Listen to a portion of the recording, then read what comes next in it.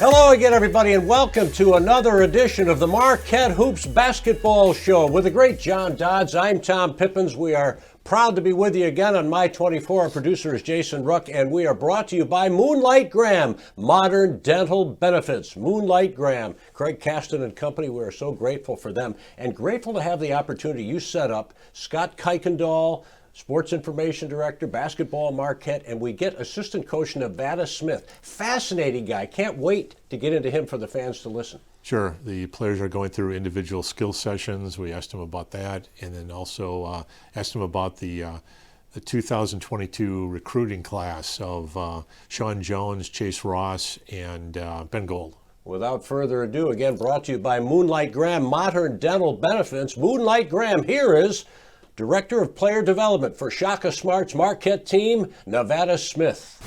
Coach, it's such a delight to have you, and of course we pride ourselves in asking original questions. So I'd like to ask, how did you come by your wonderful first name, Nevada? I've never been asked that before. So Nevada is actually my middle name. It's Nicholas Nevada Smith, and it's from a book, The Carpetbaggers, which was made into a movie, which is titled Nevada Smith. So my mom just really liked it, loved the name, and that kind of goes from there. You obviously have a passion for basketball. You were a wonderful player at Bethany and played golf. Just tell us about the interest in the game that has led you to become, it would appear, a coaching lifer. And I say that, Nevada Smith, in the finest of terms as you work for Shaka. Growing up, I lived in a neighborhood where I was the only older kid, and my first passion was baseball, and I just wanted to play baseball all the time, but I could never practice baseball. We didn't have any other kids in the neighborhood, so outside of that, times that I practiced, I couldn't really do anything. So I kind of gravitated towards basketball at a young age, and loved it ever since. And you could just walk to the court and play by yourself as long as you want to. So did that, got the opportunity to play in college. It was a great experience. Really needed kind of guidance, and my father died at a young age when I was young. So having coaches kind of guide you through life and decisions made you want to kind of give back to the game a little bit, and also enjoy the competition. When you get a little older, there's not many things that you can really compete where it means something. As you said, I played golf in college. I haven't played in 4 years. So the competitive outlet is still there. So being able to help kids reach their dreams and get better as basketball players and people, as well as being able to compete with other people and see if you can, win the game. That was always the best part. Well, I want Dodsy to get some questions in here, but first of all, I know your dad's very proud of you. He lives on through you, that's for certain. And Nevada, your varied background, talk about that. We actually have something in common, because I went to Ithaca College a million years ago, and I saw that you helped the Bombers, who were the Blue Bombers back in my day, to a lot of success over a few-year period. Yeah, I loved my time at Ithaca. They produce probably more on-air talent like yourself than any other school outside of maybe Syracuse. The communications department there was elite, still something that they're very proud of.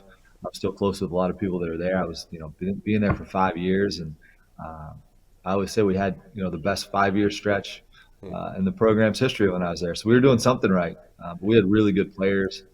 We were just texting yesterday with a group of guys, like 20 guys that played there. So it's a special place. I didn't know you were a grad. It's a great school. I love my time there. Met my wife there, so it means something to our family. Speaking of your wife, and do you have children yet or no? 2 young girls, 3 and 8 months. So you have 3 wonderful women in your life. They must be real troopers, particularly your wife, given that this is not 9 to 5, as you know better than I do, Nevada. Not 9 to 5. We've moved a lot of times since we got married. So yeah, she's the best. She handles it all and takes care of the family, and we wouldn't be here without her. John? I attended your coaching clinic I think it was late September, early October last year, And one of the gentlemen who I sat next to at lunch was saying that he coached you and he knew you, I think from Pennsylvania or New Jersey. I can't remember. I wish I wrote his name down. But he said you were one of the great shooters of all time. In fact, as a free throw shooter, you shot over 96%. Just talk a little bit about your shooting prowess. So Brian Murphy was there. He was the assistant my junior year at Bethany. He was great. His dad's a legendary coach at Hamilton College in New York, one of the all-time wins leaders in Division III basketball history. So very knowledgeable guy. I don't know. I got hurt my high school year. I tore both ACLs back-to-back years. As a sophomore and a junior, and all I could really do was stand there and shoot at that point. So just kind of develop that one skill to a level. I always thought, if I'm good at something, why not be the best at it? I probably didn't work on the other aspects of my game as much, just because I wanted to take that one skill and make it one of the elite skills out there. So I had a good career. I shot the ball really well. My senior year, I shot 95% from the free throw line. Shot 46% throughout my career from three. So it was fun. Making shots is a pretty fun thing, and we have EGBs here, energy giving behaviors, and when you make a shot, you can give a lot of energy. So it was good for everybody. Is it difficult to teach a player to shoot, because it seems like a shooting style is the one thing that's just so integrated with the player, and if you see something that they're doing wrong and just a slight adjustment might wreck their confidence, it's the most difficult thing in the world. I used to work at basketball camps where you try to make a suggestion, maybe point your middle finger at the basket on the follow through or keep your elbow in. And Rick Majerus at the camps I used to work with used to say that he loved working with high school girls because when he gave them suggestions, they would be appreciative. While if there was a young high school boy that he gave a tip to, he'd look at him and say, "Hey, I saw the NBA on ESPN. I know what I'm doing. Just please politely buzz off." Is that difficult to teach? The one thing about shooting is, if you think of the 10 best shooters that have ever played basketball, they all shoot different. You remember Larry Bird shot over his head. Steph Curry shoots from under his chin. Ray Allen shoots from literally his forehead. And they're all different. Reggie Miller had both elbows out. So you can do it many different ways. The repetition is the most important thing. And the way I teach it, we want it to be as simple as possible, because if you're simple, less can go wrong. If you have a lot of movements, anything that goes wrong can throw off the end result. So we teach very simple shooting techniques, and we go from there, and we adjust to each player, and they're not all going to be the same. Great. Well, I guess wanted to get into the 2022 basketball recruiting class, and the first one is the first commitment you received was point guard Sean Jones from Gahanna Lincoln School in Columbus, Ohio, 5'10", 170. Could you talk about a little bit about what impressed you about him and give a preview of what the fans could look for? Speed. He's fast. He is small, but he is one of the best athletes probably in this coming class nationally. I mean, he is an incredible athlete. The speed separates him. I think the one guy I talked to 2 years ago at this point in Ohio that saw him play, one of my buddies that I live with, said he's like Terry Rozier. He's just so athletic and so fast. So, in the recruiting process, you could see it. I think him running a team and playing at the speed we want was a great fit for us. He was Ohio Player of the Year in his division. So we're excited to get him here. He's going to bring a different element. There's not really comparison in our league from the speed that he plays with. He's just going to turn it up a notch. He's going to be able to pick up full court for 40 minutes, and he's a difference maker from a style of play standpoint. What an exciting element, huh? Because you don't see a lot of speed. It hasn't often been at Marquette in recent years, so that's exciting. We have heard that Sean Jones may be the most ready to compete in the Big East in his freshman season. I know it's, again, you're projecting even as an expert, as a coach, but is there accuracy in that belief? I think all three guys are going to be ready. I think it's going to matter the other guys around them and the minutes that are available. I think physically they're all three going to be ready. I think they've done the work. They're all physically mature for their age, and they have Big East bodies right now. One thing about Sean Jones is he can spell Tyler Kolek, but he can also move Tyler Kolek over the two guard. Yes, I think that's huge. I think one of the things is we got to get more diverse in who's handling the ball and making plays, and I think he is another guy that can do that. I think you saw it towards the end of the year. Stevie Mitchell got a little better making plays for other people. I think the development of our current guys, Cam Jones, Amarian Ellis, some of the guys that can come in and make plays, can take some pressure off Tyler and move him off the ball where he can score a little bit and make plays as a secondary player. Second player is Chase Ross. He's the, I guess, if you call him a combo two-guard small forward from Cushing Academy, but he was from Texas originally. Is that where you originally saw him?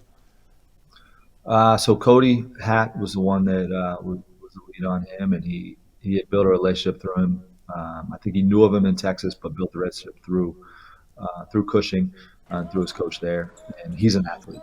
He is he's going to be one of the best athletes in our league. He's tough. He knows how to play smart.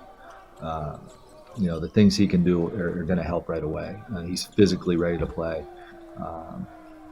Just be, finding the role, finding his niche. That transition from high school to college is always hard. So, this summer will be a valuable time to integrate himself and get to know everyone and us to get to know him. The skill that jumps out at me when I watch tapes of him is the ability to finish at the rim. He can elevate and get up and finish. Not saying he's Jimmy Butler, but he's Jimmy Butler-like when he was at Marquette, where he would come in and he could finish at the rim in traffic. Yeah, he's an explosive athlete. He's got a great body, so people bounce off of him. He can initiate contact. He loves contact. We talk about violence. He's a violent player. There's violence at the rim when he's attacking. He can do a little bit of everything. He's going to be an exciting guy. I'm assuming he'll be a fan favorite, just some of the things he can do. When we listen to or read quotes from Shaka Smart and he talks about Ben Gold, you can almost read in between the words the excitement about how good he thinks this young man could be. Yeah, Ben's going to be he's going to be a good one. He's grown 4 or 5 inches in the last 2 years. He just keeps getting bigger. He played at the NBA Academy in Australia. The only tough part is he's only played about 7 games in 2 years, just with the COVID restrictions in Australia. It was really hard for them to play outside teams. But I think once he gets his feet wet here, he's a little bit older. He just turned 19. The development coach at his academy played for me. He's one of my best friends. So we're excited about Ben. Ben's 6'10", can really shoot it, can really move. He was a rugby player. He's tough. He was on course to play for the All Blacks, and he just got too big. And he was a track guy. He was an Olympic level track athlete in New Zealand. So he's got a lot of upside. He's got a lot of ability, and he's a big kid. So we're really excited about him as well.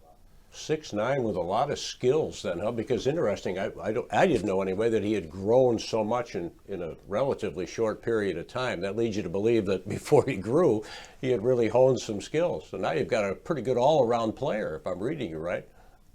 I think so. I think he's going to be really good. I think he's played really high-level competition at that academy, guys who have played at a really high level. And, the interesting thing is he was projected to be an Olympic level athlete at multiple sports in his country. That's really hard to do. And he was, he just wants to learn and wants to be around the game. He works really hard. So all three of those guys, they just work really hard. They fit the culture we have here. They're going to be fun to work with for the next couple of years. Seems like always the best player you can get is kind of like Davis, the player with the Lakers who came out of Kentucky, where The guy's 6'2" and a very good guard, and all of a sudden he grows 8 inches, but he keeps his guard skills. And now here you have a 7-foot guy with guard skills. It seems like that's always the mother lode. Yeah, I think the two things that separate him from other guys his size are the shooting and the ability to cut and move. He's a high level mover. Um, so it's going to be interesting to see him with our guys. I think he can play any position. He can bring the ball up. He could guard 7-footers at the rim. I think that's the versatility piece with him. I think is going to be fun to play with. When you're 6'10", you don't have to jump 25 inches to get your shot off. You jump 2 inches and you still have the height to get the ball off. And Majerus always used to say that when a guy like that shoots his 100th shot, he's not that tired. While Dominic James, a point guard Marquette had with huge hang time, later in the game his shot might go off because he's a little tired. He's not going up as high. But it looked like Gold has that consistent shot from about 24 feet where he's got about a 2-inch jump. Yeah, and he shoots it really high. The ball is like above his forehead, and it's simple. It's compact. They did a great job with him of, simplifying his shot. So he can get it off whenever he wants to. He had a big game in the G League Academy in front of all the NBA scouts where he hit 7 threes. So that was from the NBA line. So his range extends, and he's going to be a fun one. Do you see a position for him, or could he play 3, 4, 5, or you're just multiple interchangeable outside, anyway? Yeah, outside of Sean, I think Chase and Ben can play every spot. Chase is physically strong enough to guard anyone. So I think that's the fun thing about this class is I think they're physically ready to play multiple spots. And it seems like the rating services aren't giving these players love, but I'm wondering with COVID if the rating services really know what's going on out there. Yeah, we'll see. There's been a lot of guys lately that haven't been highly rated that are pretty good basketball players. So our staff doesn't give a ton of thought about the rating systems. We recruit guys that fit and that we think are pretty good. So and then all 3 of those guys fit those characteristics. The next one was you reached into the portal and got a transfer from Loyola of the South, Zach Reichelt. Can you talk about how you think he'll fit? Zach's a winner. Won a national championship, was Player of the Year in NAIA. He's a physically mature, older, ready to play guy. He does a lot of things really well. I think he's another guy that can play every spot on the court. He can bring it up. He can guard fives. He can do anything. And he's just won at such a high level. I think that's an important quality for our young guys. Prior to that, we had one guy that was 21. We're still going to be really young. So to add someone with that maturity level and his ability and his background of winning is going to help us. Well, how do you view the portal in general? On one hand, it's a great opportunity. You were able to come in and find Kerr and Morcell and Omax. That was a terrific opportunity, especially in a rebuild. But you almost have to wait for the shoe to drop every year, recruit 13 players, and just hope that people stay. Yeah, Tyler Kolek was another portal guy. So it's Yep. I thought we did a pretty good job last year. We needed to fill a lot of spots when we first got here, and it really is you're recruiting your own guys all year round as well. So the portal makes the players have some ability to do some things that they probably should have to be able to better themselves and better their situation if they feel that's the right thing for them. Then you got to kind of navigate through. You've heard Coach Smart talk about the culture, and he wants to growth, and he wants these guys to get better every day. And it's hard to do that with a guy that is only going to be here for 9 months. So I think he really likes the freshman process, likes building those guys and helping them grow the way he thinks it can help them later on in life and anything they do. And he puts a lot of pride in that, and he's had a lot of success with that. Coach, I believe that Marquette fans were absolutely delighted and somewhat surprised by the success under Shaka Smart, and with all of you assistants around him, a great team. Obviously, it was a humbling experience against North Carolina, but a lot of people, how in the world did you even get to the dance and the portal and all the adjustments you've had to do? How much did the returning players grow? You talk about that. You talk about this culture you're all trying to build there, and the tenacity and the violence, especially on defense. How much will this year benefit these returning players going forward? Oh, I think a lot. You could see the growth from, you know, May of last year when some of these guys first got here to now. A guy like Stevie Mitchell, I was just talking to before this, he's probably improved more than anyone else we've had this year. I mean, he just continuously is getting better and working and doing everything that is asked and beyond. So these guys, the one thing I'll say about the 8 guys that are returning right now is the work ethic they have is incredible. They want to be great. They had a taste of it. Like you said, I think the expectations changed after the Illinois game. I think we thought, maybe make a run, finish 500, make the NIT. I think that was kind of the outside goal. It was never our goal, but you win that game, and they're like, oh, okay. And then you go to Charleston and beat 2 high major programs, and you're thinking maybe you got something a little better than what you thought. And I thought guys played really well, and they adapted to the roles fairly quick. And then you have January, and January was really fun. And I think that showed our returning guys what is possible and what we can do. I think that's going to be a motivating factor. If you go from January to, February, March, what happened, what changed, and how can we get back to that point, I think is going to be a big driving key to the offseason. When you talk about individual skill sessions, what does that mean? What if you could tell the fans, what would that mean? How many hours per week does a player put in, and what specifically do you try to do or accomplish? They put in a lot of hours on their own. We can only be in there for 4 hours a week with them. Okay. But they do so much more. They're lifting. They're working on their skills. This is a great time to work on anything you want to change. We have a couple guys changing their shots. We have a couple guys working on really working on their bodies. And we need to get better at being more versatile. So ball handling, conditioning, stuff that really goes into what we think goes into winning. Guys have done a great job with it.